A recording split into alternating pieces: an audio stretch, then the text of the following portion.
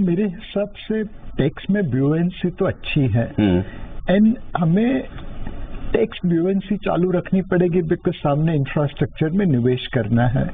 But आज की तारीख में भी अनिल भाई देखे तो जो टैक्स का बर्डन है वो कुछ लोगों पे ज्यादा है, जैसे सैलरीड क्लास हुआ, कुछ लोगों पे बहुत ही कम है, जैसे सेल्फ एम्प्लॉयड बिजनेसमैन हुए।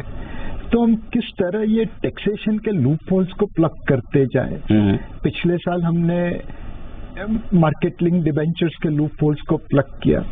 मेरे हिसाब से 10-15 अच्छे हमारे दोस्तों को बुलाना चाहिए और उनसे पूछना चाहिए कि कैसे हम ये टैक्सेशन के रूल्स को ऐसे बनाए ताकि उसमें लूप होल्स नहीं हो, टैक्सेशन का बर्डन इक्वल रहे। मतलब रेट कम करो, टैक्स का दायरा बढ़ाओ। यस, ये ऐसा कुछ न कुछ करें तो ज्यादा बेहतर होगा। कंप्लायंस बढ़ाते जाओ और रेट कम करते जाओ।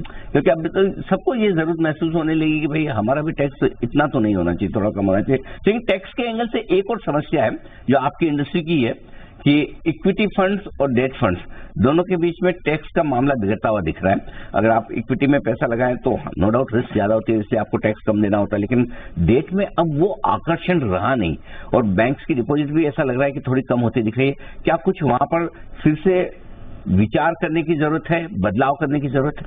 अनडाउटेबली अनिल भाई, आपने एकदम सही मुद्दा पकड़ा। आज की तारीख में सेविंग्स इक्विटी की तरफ अट्रैक्ट हो रही है बिकॉज एक रिस्क रिटर्न ट्रेड ऑफ अच्छा लगता है, बट दूसरा पोस्ट टैक्स रिटर्न और भी अच्छा लगता है। और डेट मार्केट हमारी एक स्टेप चाइल्ड की तरह है, उसको लग रहा है कि मेरा कोई ध्यान नहीं रख रहा।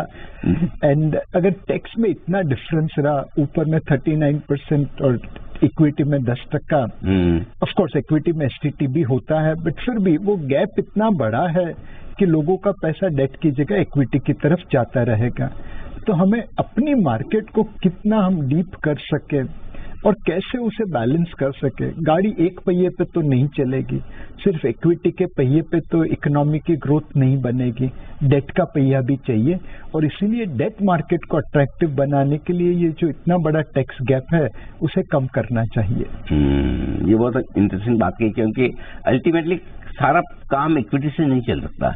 जहाँ डेट चाहिए कंपनियों को ग्रो करने के लिए, वो तो चाहिए ही, हर जगह इक्विटी थोड़ी लगेगी। एंड हमारे गुजराती में एक कहावत है, घरना छोकरा घंटी चाटे अने उपाध्याय ने आटो।